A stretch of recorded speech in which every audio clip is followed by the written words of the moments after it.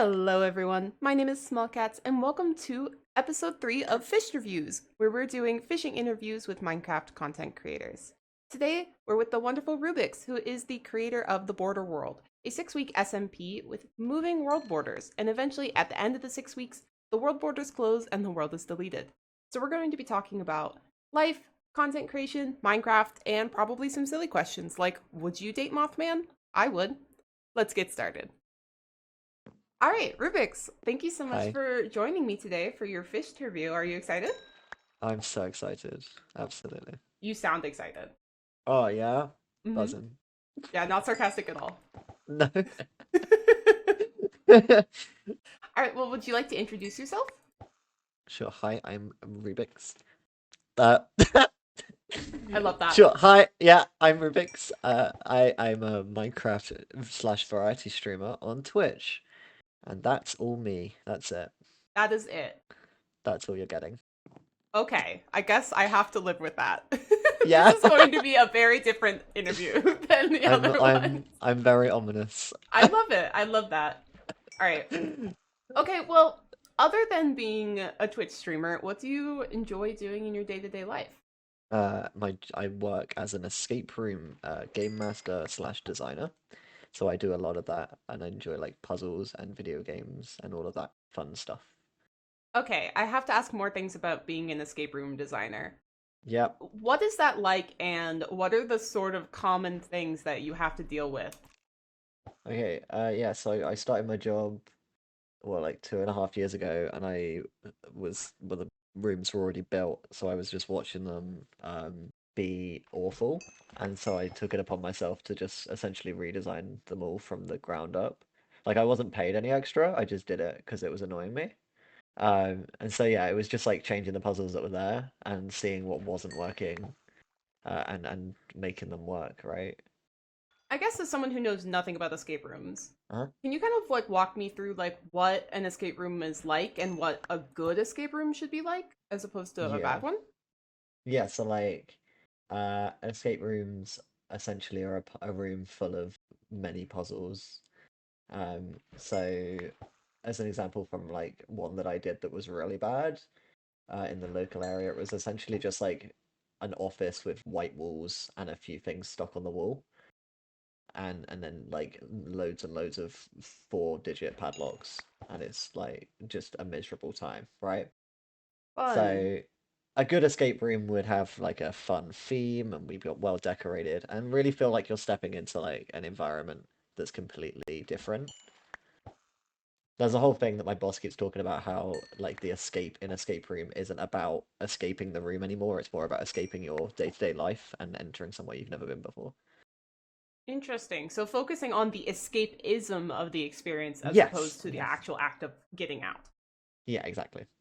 So what sort of things have you added to the escape rooms at your job that you're very proud of or you think have worked really well? I added this really fun puzzle where there's like 3 objects in the room with numbers on, and then they're different sizes. So rather than them being like the order of the sizes getting bigger, which is what people assume it is, you find later in the game like an object where there's 4 things, and then you have to realize that one of them is twice. So the smallest one is there twice, and then that gives you your 4-digit number that you're looking for.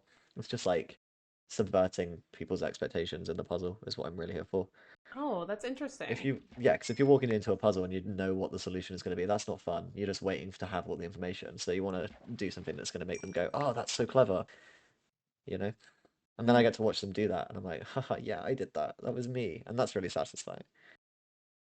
What's the strangest thing that a group has done in the escape room in an attempt to solve a puzzle?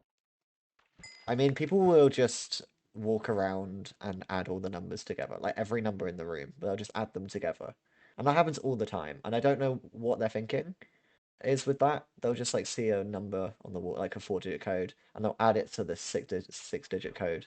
And it's just like, what are you doing? You know? And then the funniest thing I've seen in this escape room is just, is this a family friendly podcast? No, it doesn't need to be. As long as it's Oh, not particularly vulgar. okay, well, there's a whip in the escape room, Oh no. I see where this is and going.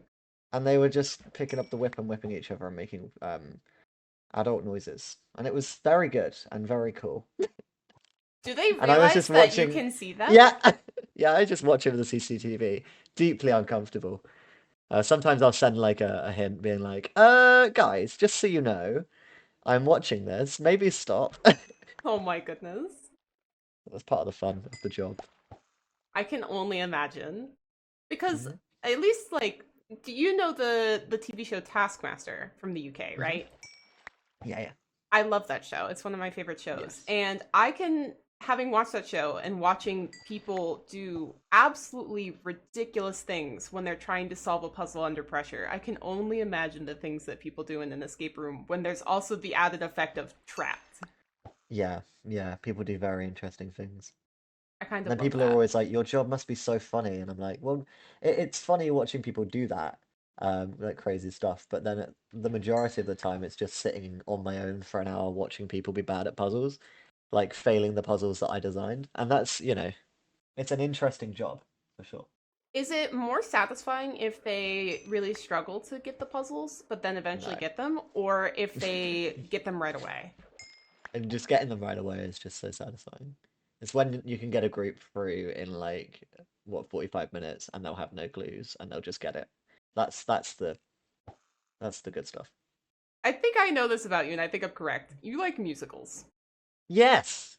All Yes. right. I have a question that I think you're going to hate.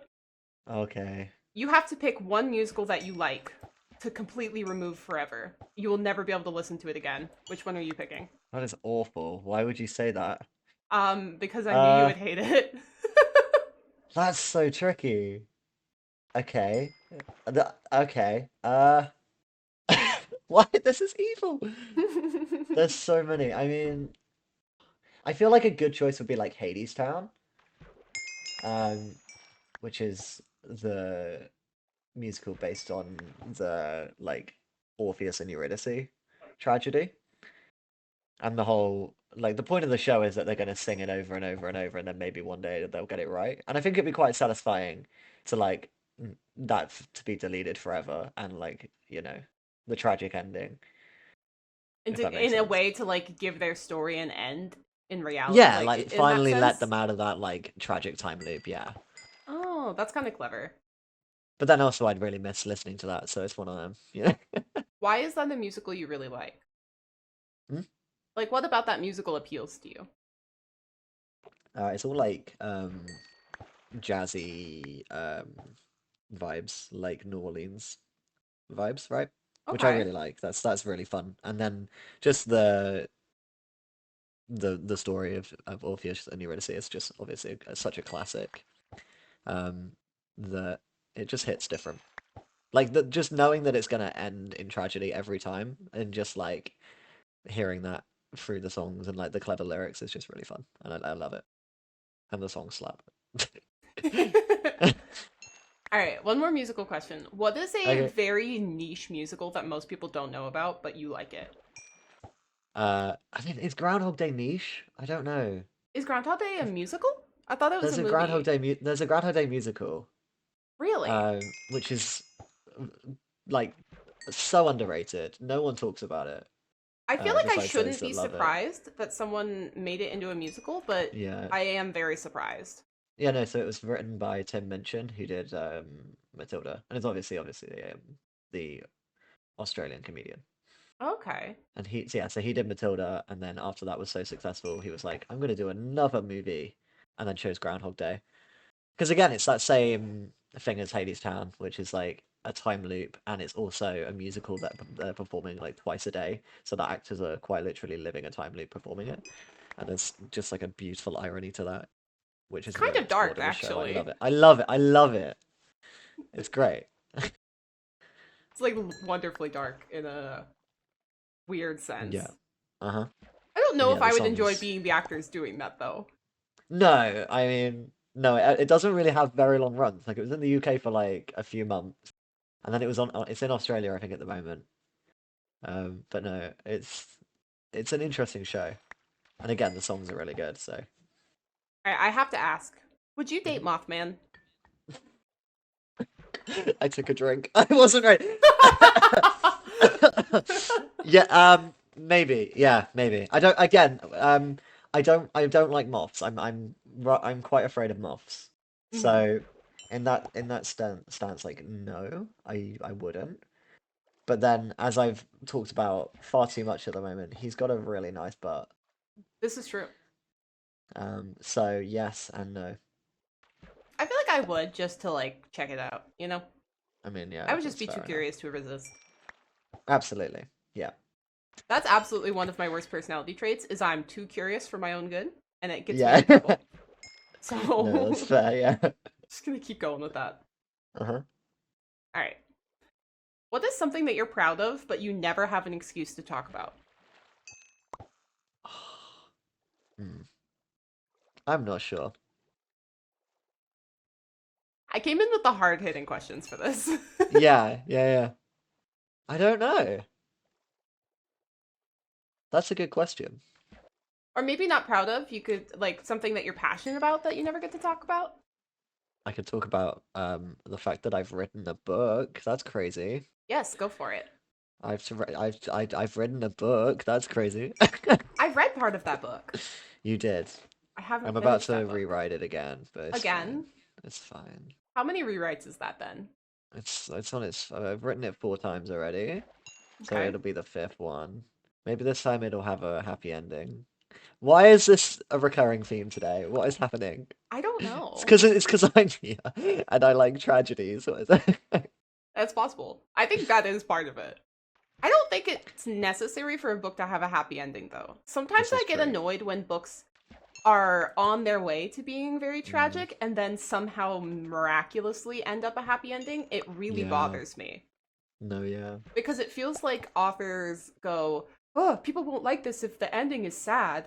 Like, no, it's fine. I'll be okay as the Mm, reader. I will survive because if you have written this book in a way to prep me for a bad ending, I'm okay with it. I know what's yeah. coming. Yeah. If you completely switcheroony me, then I'm gonna be annoyed. Yeah. So yeah, the idea with the book was that it would, because it's a murder mystery, and I just really like the idea of a murder mystery novel like in the present day with like the corrupt police force and everything like that of someone that like kills someone and then just gets away with it and you know who did it and there's no way that you can like bring them to justice Mhm. because they're like rich and powerful. And I just love that. I feel like that's such a real thing too that because it Yeah, has such a foundation in real life that it hits harder, you know? yeah, yeah. And then also like filling the entire cast with queer teens just because you can, you know? Yes. Yeah, Pretty just much because the you can. recipe for the perfect book. Yeah, that's what I hear. Your literary award is like in the mail right now. Hmm. Hmm. That's actually been on my list of things to do is to finish reading that book. You should, you should. I I will. mean, I'm sorry that I just spoiled the ending, Oh, I I don't care. guess. That's totally fine. That's all right then. I will forget what you told me. That's good. That's good. I have a squirrel memory. It's okay. It Yeah, will not be spoiled. that's all right then. I'd recommend it. It's a good book. 10 out of 10 book. Uh-huh. So, you've been streaming for a long time. Do you want to talk about how Yeah, you got into streaming and kind of your content creation journey a little bit? absolutely. Yeah, I've been streaming for, God, 6 years now? Well, 6 years in March, which is a long time. I started on Mixer after my brother did one stream, and I was like, I can do better than him because I'm stubborn. So I decided to be a streamer. Um, and now I'm here. I moved over from Mixer to Twitch because I realized that Mixer was, gonna close. And so yeah, moved over here, restarted again. I was a Fortnite streamer for a while, and then I was a Darwin Project streamer for a while, and then I was a Fortnite streamer again, and then I did Call of Duty Zombies for a while, and then I finally decided to do Minecraft. I got onto the 8-bit community stream team, and then it's just been like Halcyon Heights, and then I started these worlds, and then we're here, and that's where we are. So it's been a long time switching different games, which is why I say I'm like a Minecraft slash variety streamer, Mm-hmm. because I, can't ever tie myself down to one game, That's or else I'll true. burn out and not want to do it. I think that's very healthy, though. I see that a lot with Minecraft creators specifically who only play Minecraft and then they get kind of sick of the game because that's all they play. Yeah, Because they feel like if they stop playing Minecraft, their community won't show up, or they Mm. have these kind of misconceptions about it, and it's like, no, it's okay, like play other Yeah. stuff, it. No, I definitely feel that. Yeah. I've had those thoughts where I'm like, yeah, this is gonna, like, if I stream Celeste for 8 hours and don't make any progress, no one's gonna want to watch that. Um, I think it's just a natural thought of a streamer, right? Yes, absolutely, I Is that have that everybody gets same those exact thoughts? thought when I swap games, Yeah, so. yeah, Although I personally find your Celeste streams very entertaining because of the struggle, yeah, but I yeah, think that's like the terrible person inside me who's like, oh, they died again. Haha. Let's yeah. watch. No, I think it's like part of that, and I think it's also like tying into people's FOMO. Yes, Like, if I don't watch the stream and they finally complete the screen they've been on for like 9 hours, then So I think that it's clever. It's clever. absolutely. Uh, Quick drink.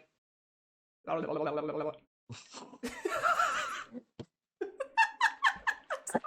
Stop it! I said. I'm sorry. Okay. I'm leaving that in the edit. You're a bad cat. I am a bad kitty. It's okay. Carry on. Okay, so how did you end up on Halcyon Heights? Yeah, I joined the 8-bit stream team. I was hanging out in like bars and hot dishes streams for ages, and then I applied to be on the stream team. But I was playing on Untitled, which is my Minecraft like Bedrock realm. Mhm. Um, and so Audi was watching that, and he didn't realize that I was like that I had Java, and I was looking for a server to join on Java because I wanted to make the jump, right? And so I messaged Misty Joy 11, being like, "Hey Misty, can I join Halcyon Heights?" And then somehow that worked, and now I'm on Halcyon Heights. So again, I I love give this that. advice all the time. If you want to join Halcyon Heights, message Misty. That's the secret code That's the that they secret, don't tell yeah. you. It works every time. I love it. I it's so interesting to me that that was the case then versus when they recently added people, what the application process was. It seemed, from even as an outsider, it seemed very different than Mm, what it was yeah, then, yeah, yeah, as the server has kind of like grown and matured. yeah. I think it's because, as I say, they would have added me on at the start if they knew that I had Java. I think. Hmm. That's from the vibes that I got. Is they did a unanimous vote and all that, and most of them were just like, I didn't even know Rubiks had Java, so it's The it's one Java of them. Bedrock parity difference strikes again. Yeah, it's one of those. It's one of those fun things that I get to just drop every now and then. That like something is completely different on Bedrock. It's always fun. What parity difference between Bedrock and Java annoys you the most? The boat thing. I think they might have like fixed it recently. Well, you know how like in Java you can fall in a boat and it will not give you full damage. Yes. It doesn't do that in Bedrock. So you'll just take full damage. But if you ride a horse, the horse won't take full damage, whereas in Java it does. So it's like switched, and it makes no sense. I mean, neither of those things make sense at all because Oh, if you true. fell hundreds of feet in a boat, you would definitely still get hurt. But the Yeah. horse thing makes even less sense. Yeah, no, it doesn't make sense. That's the thing that gets me. And obviously the redstone is a big one, but it's yeah. Yeah, I feel so It just bad for Bedrock players. It's such a common thing where I go onto like a Redstone YouTube video because I want to build this thing, and there's just hundreds of comments like, "Why doesn't this work?" And it's like, "Oh, I'm on Bedrock." Like, yeah. it's unfortunate. It is quite sad. But that's because redstone's just like funky on Java. Like it's reliable. It's working the way it's meant to on Bedrock, and that's funny.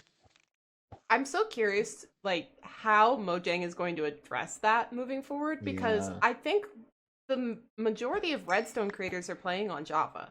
From what I Uh-huh. see on YouTube, which, and where Yeah. tutorials are coming from, they're playing on Java. They like it better. It runs better on Java with Yeah. like performance. But it is technically the way it's supposed to work on Bedrock. So Yeah. as we move forward, I know we've been seeing a lot with updates that they're sort of starting to address parity. Which Redstone's gonna win, you know? Yeah. I I think think if they what'll go with happen, Bedrock, they'll be people will be annoyed. yeah. I think what'll happen is like they'll add blocks to get around the quirky Java stuff.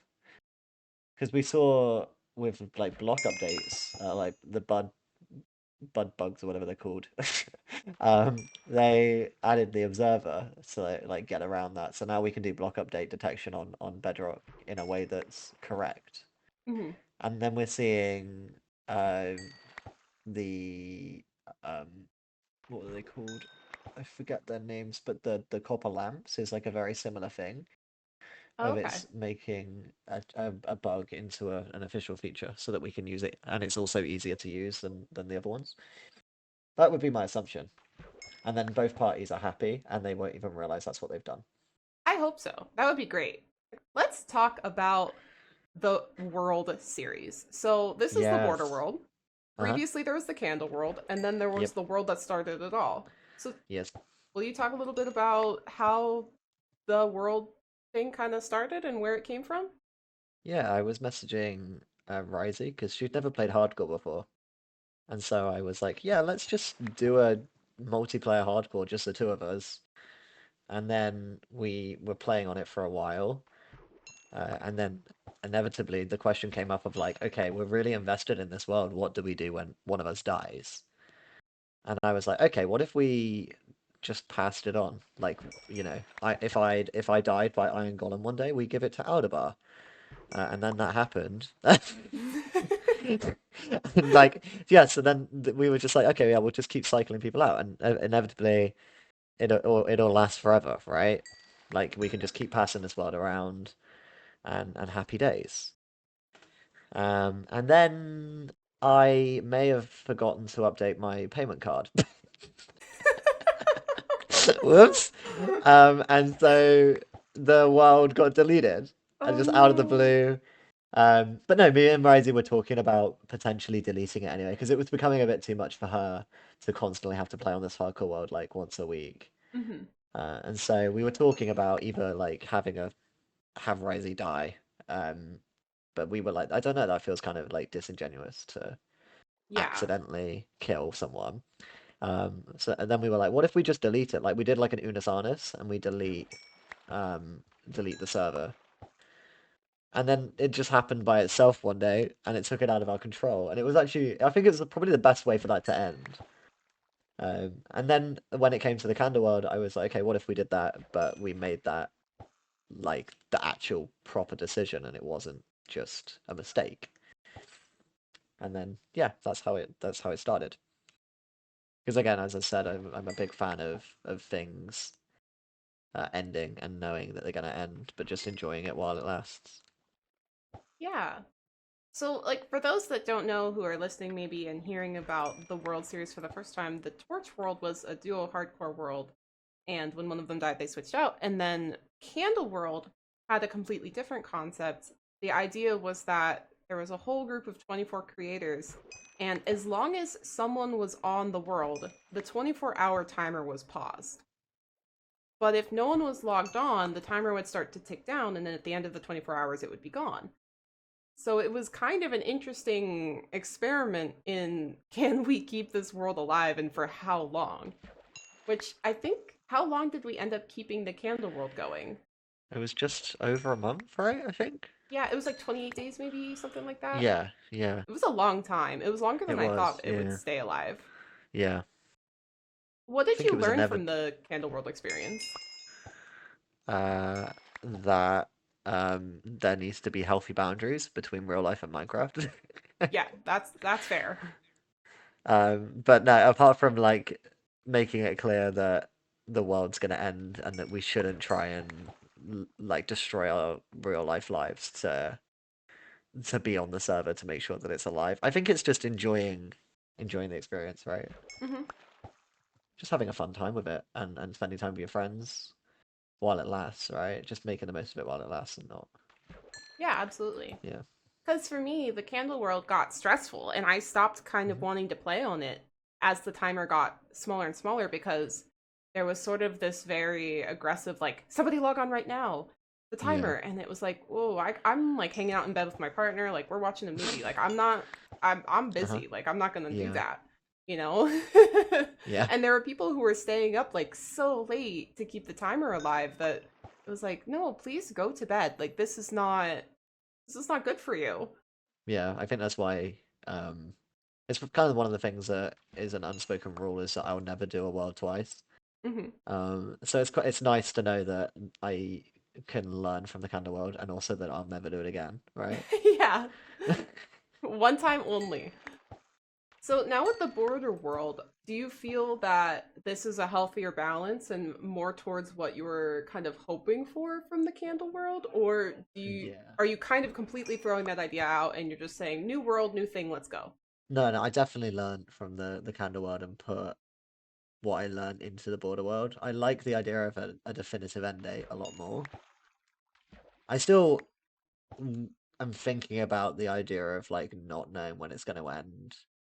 And I'm trying to work out how to get that as like a healthy balance, right? Hmm. For whatever the next one is. But yeah, I've learned so much from the Candle world, and so the border world's so much healthier and so much, and I've enjoyed it a lot more so far. Yeah, absolutely. I've been having a really good time with this world. Like I think it's been so much fun. And it seems like people are having a blast too. It's been very busy, you know, and people Yeah. are just kind of doing like silly passion projects just for fun. Hmm. Like, Yeah, and I mean that's exactly what it's meant to be, right? mhm. It's more for us. I mean, the viewers can get what they want from it, but I always look at it as a way to like reset my creative mindset and just like enjoy myself for a month outside of Hahi and my other projects, Mhm. and just do what I want to do because I've got a month to do it. So just go and have fun, right? Yeah, that is the benefit of these. I feel like the short term, like about a month worlds are pretty common in the creator sphere, at least with Minecraft, where, and it's easy for creators who have other long term projects to say, yeah, I'll sign up for a month, you know, and I'll log in when Yeah. I have the time and kind of just enjoy that short term experience. And for me, it's nice because I see that type of project being hardcore a lot. And for me, I have a hard time with that one because it's like a little more stressful. Like, oh, what if I die 3 days in and then I've signed up for this thing and I'm not going to be a part of it for the rest of Yeah. the month? But for this, like, it's like, oh yeah, I can log on. And if I die, it doesn't matter. We're just going to have a good time and relax and maybe fish a whole bunch. Yeah. Yeah. And then like the comfort of knowing that it's going to be deleted as well is really Hmm. nice. Um, I can build whatever I want, and even if it's awful, it doesn't matter because it's gone anyway. You know, Yeah. just take the stabilizers off and just have fun. I think for me, for the candle world, that was what I struggled with the most. And Hmm. it took going through that experience and like I built that huge Victorian house and like really put my heart and soul into it and then Yeah. it was gone, right? And I was like, well, I can't even rebuild this on anything else because that was what I agreed to. It's gone. Like that build is gone. And I was like, wait, like maybe building something and like trying to like cram a bunch of time into this short-term experience and a bunch of effort isn't what I should be doing. And now I've kind of rolled it back and I'm just fishing and chatting with people and hanging out and having a much better time. Yeah. Like, yeah, that's definitely what I'm going for.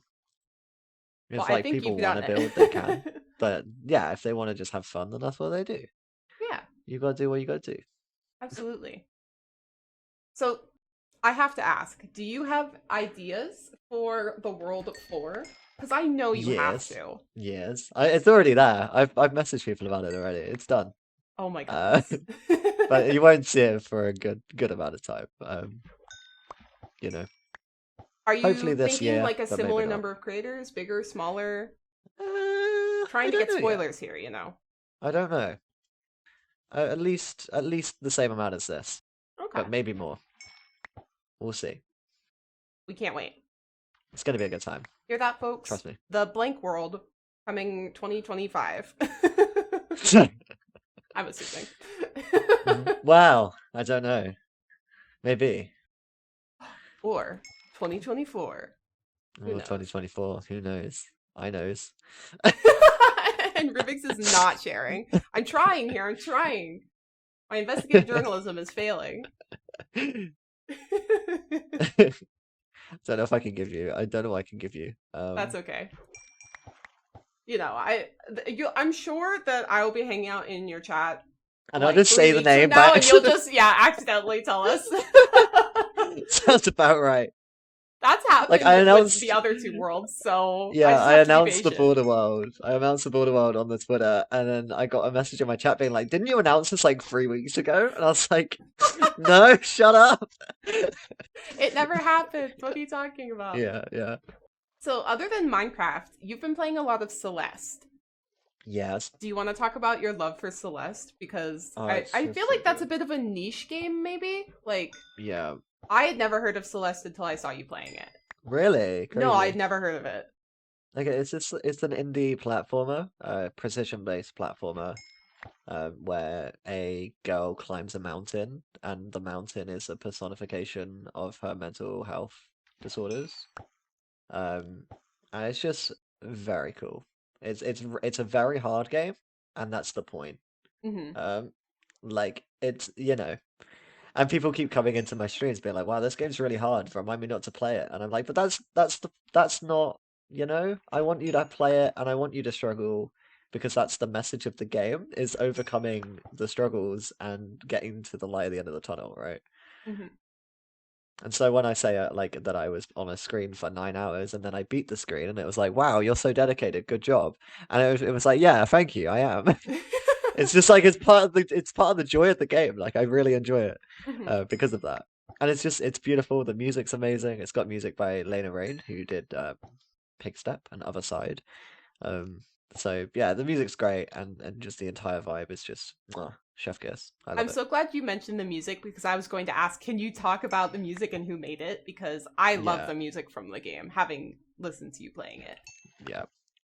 Fun fact: it was my most listened to album on Spotify Wrapped last year. Really? It was like 100 hours or something of this album because I listened to it nonstop. I listen to it when I play Valorant, Oh, okay. um, because I'm so conditioned to focus when I hear the music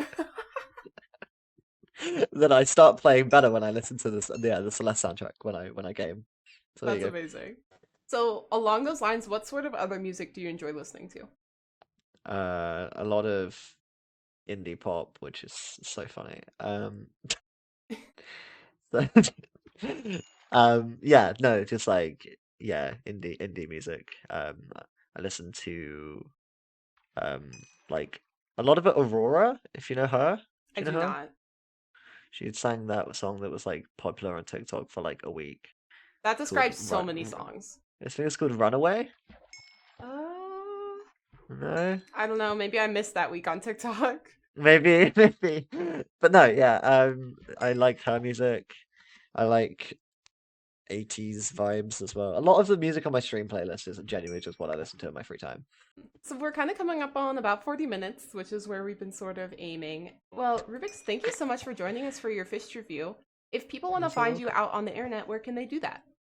You can find me on Twitch at Rubiks2209, and you can find me on Twitter at the same, and then you can find me on Tumblr at a Rubik's Cube, all one word.